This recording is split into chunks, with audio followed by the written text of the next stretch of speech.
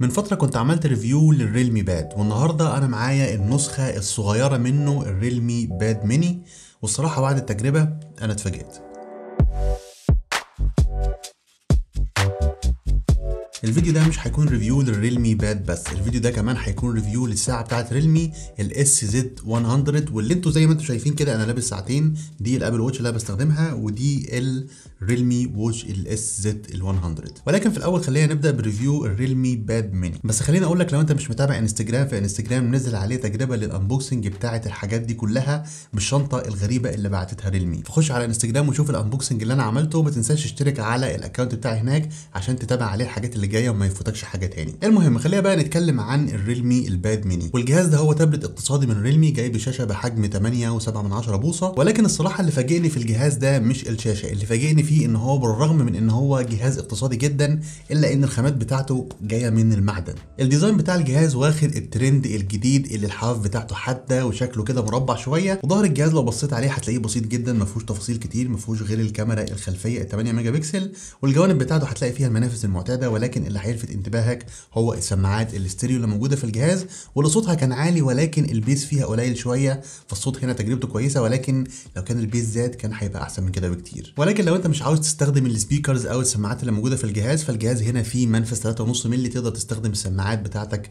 زي ما انت عاوز. على الجانب الاخر، الشيء اللي ضايقني من الجهاز شويه هو الشاشه بتاعته، لان الشاشه هنا زي ما قلت حجمها 8.7 بوصه، ولكن دقتها اتش دي بلس مش فول اتش دي. والصراحه الدقه دي على شاشه كبيره بالحجم ده هيخليك تلاحظ بسهوله البيكسلز اللي موجوده في الشاشه. ولكن على اي حال الشاشه هنا جايه من نوع اي بي اس، والسطوع بتاعها مقبول، مش افضل حاجه. ولكن المميز فيها ان الحواف بتاعتها هنا صغيره، فبالتالي مش مخليه الجهاز حجمه كبير، والحواف اللي موجوده كافيه عشان تقدر تستخدم الجهاز من غير ما تعمل تاتش بشكل عشوائي على الشاشه. على اي حال بعيدا عن الدقه بتاعت الشاشه، فاجمالا التجربه بتاعت الشاشه كويسه. ويمكن الشيء الوحيد اللي ضايقني منها هو ان درجه اللون الاسود بتاعتها مش غامقه قوي، فبالتالي ممكن تلاحظها بسهوله لو انت بتستخدم الدارك مود مثلا طول الوقت. ويمكن الشيء الغريب هنا ان دقه الشاشه القليله ده مأثر بشكل ايجابي على الاداء. الشاشه هنا عشان ما فيهاش عدد بيكسلز كتير، فبالتالي مش بتحمل او تعمل لود على معالج الرسوميات، فبالتالي بتحس ان الجهاز اداؤه اعلى من اللي انت متوقعه لما تسمع المواصفات. الجهاز ده جايبه معالج من شركه اسمها يونيسوك، والموديل بتاعه تي 616،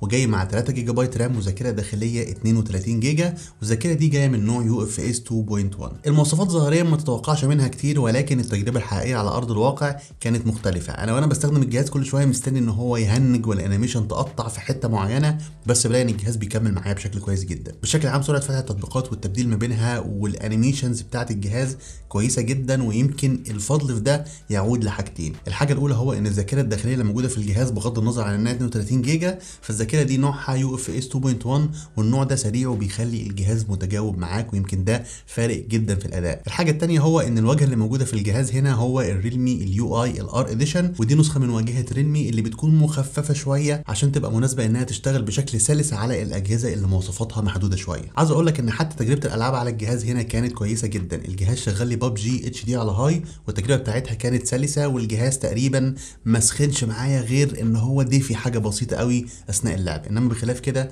التجربه هنا ممتازه جدا. نيجي بقى للبطاريه بتاعت الجهاز، والجهاز ده بطاريته 6400 ملي امبير، وهتقعد معاك في حدود تقريبا 8 ساعات من وقت عمل الشاشه. والجهاز ده بيجي معاه في العلبه شاحن بقوه 18 واط، بيقدر يشحن لك الجهاز تقريبا في 3 ساعات او اقل من 3 ساعات بحاجه بسيطه. والمميز في الجهاز هنا ان هو بيدعم الشحن العكسي، يعني تقدر تستخدمه كباور بانك عشان تقدر تشحن بيه اي جهاز تاني. اما بخصوص الشبكات، فالجهاز ده المفاجئ فيه ان هو بيقدر ياخد خطين وبيشغلهم 4G في نفس الوقت. ولكن لو محتاج تركب كارت ميموري، فانت محتاج تستغنى عن احد الخطوط علشان تركب الكارت. الشبكات في الجهاز كويسه، ولكن اللي لاحظته ان قوه التقاطه لاشاره الواي فاي مش قويه قوي، فلو انت بعيد قوي عن الراوتر الموضوع ده ممكن يضايقك شويه. اما بخصوص الكاميرات اللي موجوده في الجهاز فما تتوقعش منها كتير، ده في النهايه مجرد تابلت، والكاميرات اللي موجوده فيه هي الكاميرات موجوده عشان بس لو احتجت تصور حاجه بشكل طارئ فيبقى معاك كاميرا في التابلت ليس الا. فالكاميرات هنا ادائها متواضع جدا، حتى الدقه بتاعتها مش عاليه. الكاميرا الخلفيه 8 ميجا بكسل والاماميه 5 ميجا بكسل، وزي ما انتم شايفين الصور مش افضل حاجه. بشكل عام تجربه التابلت هنا كويسه جدا، ما عدا موضوع الشاشه هو اللي ممكن يضايقك في الاول شويه، ولكن بشكل عام الجهاز هنا تجربته كويسه، وخصوصا الاداء بتاعه يعتبر اعلى من باقي المنافسين الموجودين معاه في نفس الفئه السعريه. فبالتالي لو انت عاوز تابلت اقتصادي فالجهاز ده مناسب جدا، او لو انت مثلا عندك اطفال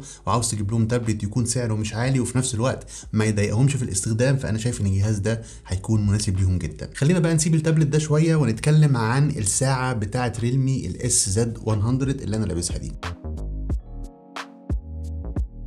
وبلاش نقول عليها ساعه لان كلمه ساعه تحسسك ان هو منتج غالي شويه، ولكن هي مجرد سمارت باند ولكن فيها مميزات كويسه جدا. الباند هنا هتلاقيها واخده الشكل المربع المشابه جدا للابل ووتش. الباند وزنها خفيف 34 جرام تقريبا، وانت لابسها في ايدك كمان مش هتحس ان انت لابس حاجه علشان وزنها خفيف جدا. الاستراب بتاع الساعه هتلاقيه جاي من السيليكون وشكله مميز شويه وتقدر تغيره بسهوله، والباند او الساعه هتلاقيها جايه مصنوعه من البلاستيك وما فيهاش غير زرار واحد موجود على اليمين. من ورا بقى من فوق هتلاقي مكان توصيل الشاحن، وفي النص المستشعرات بتاعه الساعه، وجنبها جزء معدن صغير كده وده هو مستشعر درجه حراره الجسم اللي هتكلم عليه كمان شويه. واخيرا الباند او الساعه جايه بمعيار IP68 لمقاومه الميه والغبار. تصميم الباند عموما حلو، ولكن الشاشه اللي مضايقني فيها شويه هو ان الحواف بتاعتها كبيره شويه. وعلى ذكر الشاشه فالشاشه هنا حجمها 1.69 من البوصه، وجايب دقه 240 في 280، ويمكن الدقه دي قليله شويه على الحجم ده، فانت لو قربت الباند شويه كده من عينك هتلاقي ان انت قادر تلاحظ البكسلات اللي موجوده في الشاشه. لكن الصراحه اللي ضايقني في الشاشه اكتر هو انها جايه من نوع TFT مش ايموليد،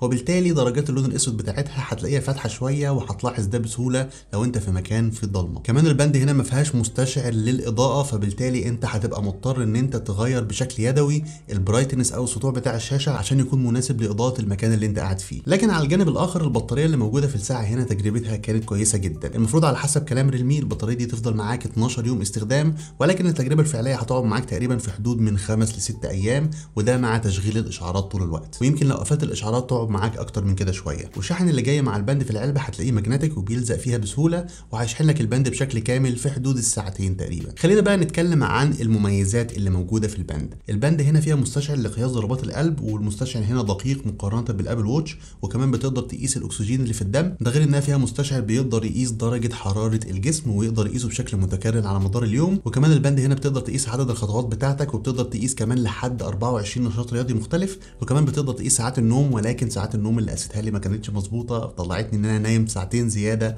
عن المده اللي انا نمتها فعلا. فالمستشعرات اجمالا كانت تجربتها كويسه، ما عدا مستشعر الخطوات كان بيحسب خطوات زياده عن المعتاد. خلينا بقى نتكلم عن استخدام الساعه، لان استخدامها هنا سهل جدا. لو عملت سوايب من فوق هتقدر تشوف الاشعارات، ولو عملت سوايب من على الشمال هتجيب الصفحه بتاعه الاختصارات، وسوايب من على اليمين هتجيب الويدجتس بتاعه البرامج اللي موجوده في الساعه، وسوايب من تحت هتلاقي كل التطبيقات اللي موجوده على الساعه. والزرار اللي موجود في الباند على اليمين ده لما بتدوس عليه بيرجعك على الشاشه الرئيسيه. الساعه كمان فيها مميزات تانية زي انك ممكن تشوف من خلالها مين اللي بيرن عليك، وكمان بيوصلك عليها الرسائل والاشعارات، ولكن للاسف الساعه هنا مش بتقدر تعرض اللغه العربيه، بتبان بشكل غريب كده زي ما انتم شايفين. تقدر كمان من خلال الباند او الساعه ان انت تتحكم في الكاميرا وتقدر تصور من خلالها، وتقدر كمان تتحكم في المزيكا وتعلي وتوطي الصوت. وكمان الساعه هنا هتلاقي فيها تايمر وستوب ووتش، وكمان فيها منبه بيصحيك من خلال الفايبريشن القوي جدا اللي موجود فيها. وطبعا ساعه زي دي لازم يكون ليها برنامج ينزل على الموبايل علشان يخليك تتحكم فيها بشكل كامل، والبرنامج ده اسمه ريلمي فيت، وتوصيل الساعه عليه كان سهل جدا. مجرد ما بتفتح البرنامج بتعمل سيرش، الساعه بتظهر بتدوس عليها وخلاص على كده. لما بتفتح البرنامج هتلاقيه بيعرض لك البيانات بتاعه ضربات القلب والمؤشرات الحيويه بتاعتك، وبتقدر كمان من خلاله تتحكم في الساعه بشكل كامل. زي مثلا تقدر تحدد البرامج اللي يجيلك منها الاشعارات، تقدر كمان تتحكم في خصائص الساعه بشكل اكبر، زي ان انت تتحكم في عدد مرات قياس الاكسجين في الدم على مدار اليوم، او تتحكم في عدد مرات قياس درجه حرارتك على مدار اليوم. كل دي حاجات ممكن تتحكم فيها من خلال التطبيق، والاهم في التطبيق ده هو ان انت تقدر من خلاله تشوف الواتش فيسز او الاوجه المختلفه بتاعه الساعه اللي بتقدر تغيرها وتختار منها الحاجه اللي على مزاجك، لان هتلاقي فيها اكتر تقريبا من 100 واتش فيس مختلف، فاكيد الحاجه اللي انت بتدور عليها هتلاقي حاجه موجوده شبهها في البرنامج. فاجمالا تجربه الباند كانت كويسه جدا، ولكن عندي عليها 3 تحفظات. التحفظ الاول هو ان البرنامج بحس ان الواجهه بتاعته شكلها اطفالي شويه، والحاجات كده معروضه بشكل حاسه مش مناسب، حاسس ان البرنامج كده محتاج ان هو يعاد تصميمه مره تاني. تاني حاجه هو ان الشاشه اللي موجوده في الباند جايه من نوع TFT، وده بيخلي درجات اللون الاسود بتاعتها مش غامقه قوي، فبالتالي ده بيضايقني شويه. تالت حاجه وهو ان المستشعرات اللي موجوده في الباند او الساعه مش دقيقه قوي، خصوصا المستشعر بتاع الخطوات والمستشعرات المسؤوله عن ان هي تحسب انت نمت كام ساعه في اليوم، فدول ما كانوش دقيقين بشكل كبير. وبس كده، دي كانت كل حاجه عن الريلمي الباد ميني وعن الساعه بتاعت ريلمي الجديده SZ100. فلو عندك اي سؤال اكتبه في التعليقات، واكيد ما تنساش تعمل لايك وكومنت وشير وسبسكرايب، وهشوفك ان شاء الله في فيديو جديد قريب جدا.